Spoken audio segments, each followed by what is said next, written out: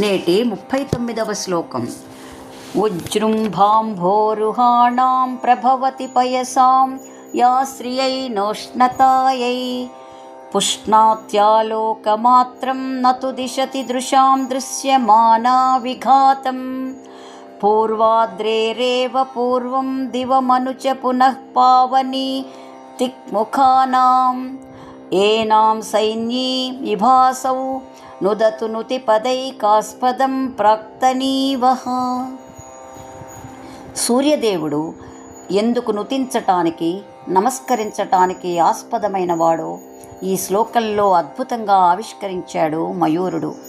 ఈ శ్లోకం మొదటి పాదంలో యా అనగా ఏది, ఏదైతే అంటూ అనేక అర్థములున్న ఏకాక్షర పదాన్ని ప్రయోగించి, చివరి పాదంలో అసౌ ఈ కనిపించేది అంటూ ఆ సూర్యకాంతి గొప్పతనాన్ని స్పష్టం చేశాడు మయూర మహాకవి. ఉజృంభాంభోరుహాణాం ప్రభవతి పయసాం యా శ్రియై నోష్ణతాయై. యా ఏ సూర్యకాంతి ఉజృంభాంభోరుహాణాం, ఉజృంభ ప్లస్ అంభోరుహాణాం. అంభోరుహము అనగా సరసిజం, సలిలజం, నీరజం, పాధోజం, రాజీవం, పంకజం, నళినం, అంబుజం, సారసం, సుజలం, పుష్కరం, వారిజం, పంకేర్హం అంటూ అనేక పేర్లు ఉన్నాయి. కేవలం వీటన్నిటి అర్థం ఒక్కటే, నీటి నుండి పుట్టినది అని చెప్పవచ్చు. అంబస్ అనగా నీరు, రుహ అనగా పుట్టుట, అంభోరుహం అనగా తామర పువ్వు లేదా పద్మం. ఇది లక్ష్మీదేవి జన్మస్థలంగా చెప్పబడుతుంది. అందుకే ఆదిశంకరులు తమ కనకధారాస్తవంలో అంభోరుహం జన్మ గృహం భవత్యాః వక్షస్థలం భర్తృగృహం మురారే కారుణ్యతః కల్పయ పద్మవాసే లీలాగృహం మే హృదయారవిందం అన్నారు. అంభోరుహమే పుట్టినిల్లై, నారాయణుని వక్షస్థలం మెట్టినిల్లై, కారుణ్యానికి నిలయమై ఆ పద్మాలయ అయిన ఆ తల్లిని తన హృదయారవిందాన్ని లీలాగృహంగా చేసుకోమని ప్రార్థిస్తున్నారు ఆదిశంకరులు. అదేవిధంగా కారుణ్యతకు, జ్ఞాన ఐశ్వర్యములకు నిలయమైన సూర్యదేవుడు ఉజృంభాం ఆ పద్మములు పూర్తిగా వికసించటానికి కావలసినటువంటి పయసాం అనగా నీరు, ఆ తామర కొలనులలోని నీటికి శ్రీయే శోభ, సంపద, సమృద్ధి అంటూ అనేక అర్థములు ఉన్నాయి. అంతేకాకుండా భగవంతుని చిచ్చక్తినే శ్రియం అంటారు. బుద్ధి, ఐశ్వర్యం, ఇంద్రియ పరిపుష్టితో కూడిన చైతన్య శక్తి ఒకే చిచ్చక్తి స్వరూపమైన ఆ పరాశక్తి రూపములుగా చెప్పబడుతున్నాయి. లక్ష్మి అనగానే తన చల్లని చూపులతోనే పోషించి రక్షించే తల్లి అని అర్థం. అటువంటి లక్ష్మీ నివాసములైన తామరలు వికసించటానికి కావలసిన నీటికి శోభని కలిగించటానికి ప్రభవతి సమర్థవంతమైనదిగా ఆ సూర్యకాంతి ప్రకాశిస్తున్నదే కానీ నా ప్లస్ ఉష్ణతాయై ఏమాత్రమో వేడిమిని కలిగించకుండా, కొలనులోని నీరు ఇంకిపోకుండా, కమలములు వాడకుండా ఆ ప్రాతకాలపు సూర్యకాంతి కొలనులోని జలములను తళతళలాడే విధంగా ప్రకాశిస్తోంది. పుష్ణాత్యాలోకమాత్రం నతు దిశతు దృశాం దృశ్యమానా విఘాతం. పుష్ణాతి ప్లస్ ఆలోకమాత్రం, ఇది అద్భుతమైన పదబంధం. ఆలోకమాత్రం, ఆలోకనం అనగా పరిశీలన, దర్శనం, చూపు, వెలుగు అంటూ అనేక అర్థములున్నప్పటికీ వీటన్నింటినీ సూర్యకాంతికి అన్వయించవచ్చు. ఆలోకమాత్రం కేవలం ఆ సూర్యకాంతి తన ప్రకాశంతో లేదా దర్శన వీక్షణ మాత్రం చేతనే పుష్ణాతి పుష్టిని కలిగిస్తున్నది. సర్వసాధారణమైన విషయం ఏమిటంటే సూర్యకాంతి వల్లనే చెట్లు పుష్పించి ఫలించి సర్వ జగత్తుకి పోషణ, పుష్టిని కలిగిస్తున్నాయి.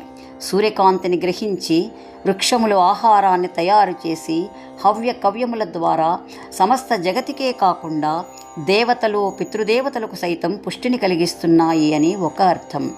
మరొక భావంలో ఆదిత్య గణంలో చెప్పబడుతున్న ద్వాదశాదిత్య రూపములలో ఒకడైన ఆదిత్యుడు మాఘమాసంలో పూష అనే పేరుతో ఉంటాడు. పూష అనగా పుష్టిని కలిగించువాడు అని అర్థం. దీని అంతరార్థం ఏమిటంటే మాఘమాసం నాటికి వరి పంట మాత్రమే కాకుండా మినుములు, పెసలు, కందులు వంటి ధాన్యములన్నీ చేతికంది సర్వ జగత్తుకి పరిపూర్ణమైన పుష్టి చేకూరుతుంది. పుష్ణాతి ఆలోకమాత్రం అనగా కేవలం తన దర్శన శక్తితో, వీక్షణంతో జగతికి పుష్టిని కలిగించే పూషస్వరూపమైన ఆ సూర్యదేవుడు అనే మరొక అర్థం. అంతేకాకుండా దృశ్యాం కన్నులకు దృశ్యమాన సూర్యదేవుని ప్రకాశంతోనే, ఆలోకమాత్రం చేతనే కంటికి దృశ్యశక్తిని ప్రసాదించి కంటికి పరిపుష్టిని కలిగించి సర్వ జగత్తుని దృశ్యమానం అనగా సమస్త విశ్వం చూడబడుతున్నది అని మరొక అర్థం. కంటికి దృష్టిని, సకల జగత్తుకి పుష్టిని దిశతు కలిగిస్తున్నది. తు అంతేకాని నా విఘాతం దిశతు ఎటువంటి విఘాతమును కానీ బాధను కానీ కలిగించడం లేదు. అనగా సూర్యుడు కంటిలోని వీక్షణ శక్తికి, దృశ్యశక్తికి అధిపతిగా చెప్పబడుతున్నాడు. పూర్వాద్రేరేవ పూర్వం దివమనుచ పునః పావని దింగ్ముఖానాం. మరొక అనితర సాధ్యమైన ప్రయోజనం ఏమిటంటే పూర్వం అనగా మున్ముందుగా, పూర్వ ప్లస్ అద్రే, పూర్వాద్రి అనగా ఉదయ పర్వతమునందు, ఏవా తూర్పు దిక్కునందు మాత్రమే ఉదయించి, దివమను దివము ప్లస్ అను, దివము సూర్యుడు ఉదయించినప్పటి నుండి అస్తమించే వరకు ఉండే సమయం అనగా పగలు అని ఒక అర్థం. అంతేకాకుండా ఆకాశము, స్వర్గము అనే అర్థములు కూడా ఉన్నాయి. వాటన్నింటినీ కూడా సమన్వయించవచ్చు. మున్ముందుగా తూర్పు కొండల యందు ఉదయించిన ఆ సూర్యకాంతి అను తరువాత క్రమంగా దివము పగటి సమయాన్ని కలిగించి ఆకాశమంతటా వ్యాపించటమే కాకుండా స్వర్గము వరకు ప్రకాశిస్తోంది అని చెప్పవచ్చు. మరొక సమన్వయం ఏమిటంటే దివము ప్లస్ అను అనే పదాన్ని అనుదినము అని చెప్పుకుంటే ప్రతిరోజు తూర్పున ఉదయించిన ఆ సూర్యకాంతి ఆకాశమంతటా వ్యాపించి ముల్లోకములను ప్రకాశమానం చేస్తున్నది అని మరొక అర్థం. చ మరియు దిక్ముఖానాం దిక్కులన్నింటినీ అనగా సూర్యుడు ఉదయించే దిశను బట్టి మిగిలిన దిక్కులన్నీ తెలియబడుతున్నాయి. అదేవిధంగా పునః మరల ప్రతిరోజు అనుదినం దిక్కుల అంచుల వరకు ప్రకాశించి ఈ సమస్త విశ్వాన్ని దృశ్యమానం చేస్తూ పావని పవిత్రము చేయుట అని అర్థం. పుణ్యాహ ఏవ కురుతే అనే వేదమంత్రం ప్రకారంగా పగటి సమయాన్ని కలిగించి జగతిని దృశ్యమానం చేస్తూ పావనం చేయడానికే ఆ సూర్యకాంతి వస్తున్నది అని అంతరార్థం. ఏనాంశ్యైనీ విభాసౌ నుదతు నుతిపదైకాస్పదం ప్రాక్తనీవః. ఆ విధంగా సమస్త విశ్వాన్ని పావనం చేస్తూ ప్రాక్తని ఆ ప్రాతకాల సమయంలో నుతిపద ప్లస్ ఏక, నుతిపద నుతించటానికి, స్తుతించటానికి, ఏక ఒకే ఒక్కటైన, ఆస్పదం నిలయమై, ఆధారమైన, యోగ్యమైన అనగా స్తుతియోగ్యమైన, అయిని ఇన సంబంధమైన అనగా సూర్య సంబంధమైన, అసౌ ఇది ఈ కనిపిస్తున్నటువంటి, విభా కాంతి లేదా ప్రకాశం అనగా ఈ ప్రాతకాల సూర్యకాంతి అని అర్థం. అంతేకాదు పూజయస్వ వివస్వంతం భాస్కరం భువనేశ్వరం సర్వదేవతాత్మకో ఏషః అని ఆదిత్య హృదయం కీర్తిస్తోంది. సర్వదేవతాత్మకుడైన ఈ సూర్యదేవుని కాంతి వహా మీ యొక్క ఏనాంసి పాపములన్నింటినీ నుదతు తొలగించుగాక, పోగొట్టుగాక అని ఆకాంక్షిస్తున్నాడు మయూరుడు. ఏనాంసి అని ప్రస్తావించటంలోని అంతరార్థం ఏమిటంటే పాపములే రోగములై సంప్రాప్తిస్తాయి కాబట్టి మీ రోగములన్నింటినీ పరిహరించుగాక అని, ఆరోగ్యమును చేకూర్చుగాక అని మరొక అంతరార్థం. అంతేకాదు నిర్వ్యాజబంధో చండభానో అహమేనో దశాం ఆజిహానోధునా దీనదీనోభవం సోహమేనో విహీనో అప్యదీనో భవద్భక్త్యాధీనో నదీనోదయన్ సంవిధేయ అంటూ తన దీనాతిదీనమైన రోగస్థితిని పోగొట్టమని ప్రత్యక్షంగానే తన సూర్యదండకంలో ప్రార్థిస్తాడు మయూరుడు. నిర్వ్యాజ బంధువైన ఆ సూర్యదేవుడు కమలములను మాత్రమే వికసింపచేస్తూ కొలనులోని నీటికి ఎటువంటి వేడిమిని కలిగించకుండా కమల బాంధవుడై ఐశ్వర్యప్రదుడై సర్వజగతికి పుష్టిని కలిగించు లోకబాంధవుడై కంటికి చూపునివ్వడమే కాకుండా బుద్ధికి సైతం లోచూపునిచ్చు జ్ఞానప్రదుడై మున్ముందుగా తూర్పు కొండయందు ఉదయించి క్రమంగా ఆకాశమంతటా వ్యాపించి దశ దిశలను పావనం చేస్తూ జగతిని దృశ్యమానం చేస్తూ యోగులకు ముముక్షువులకు బంధువై పుణ్యాహవచనం పలుకుతున్నట్లుగా మేల్కొలుపుతున్నట్లుగా ప్రకాశించే ఆ ప్రాతకాలపు సూర్యకాంతి మీ యొక్క పాపములన్నింటినీ తొలగించుగాక అని ఆకాంక్షిస్తున్నాడు మయూర మహాకవి. ఈ శ్లోకానికి జంఛాల వారి అనువాదం. సరసీరుహాలున్న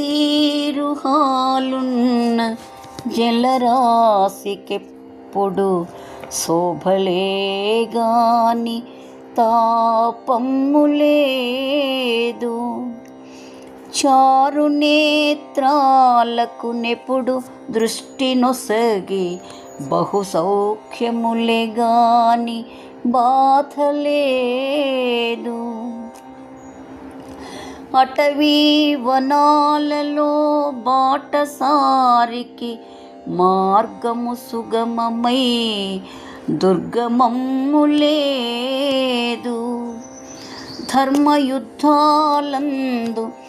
కర్మశీలురకెప్పుడు దివ్యగాని మరి నాశము లేదు. అట్టి కరుణాకరుండు అహస్కరుండు మొదట ప్రాచీన శిఖరిపై పిదప దివము దిశలు పోతమ్ముగా వింపవచ్చినాడు. సోదరా తెమ్ము పూజా ప్రసూన వితతి. స్వస్తి.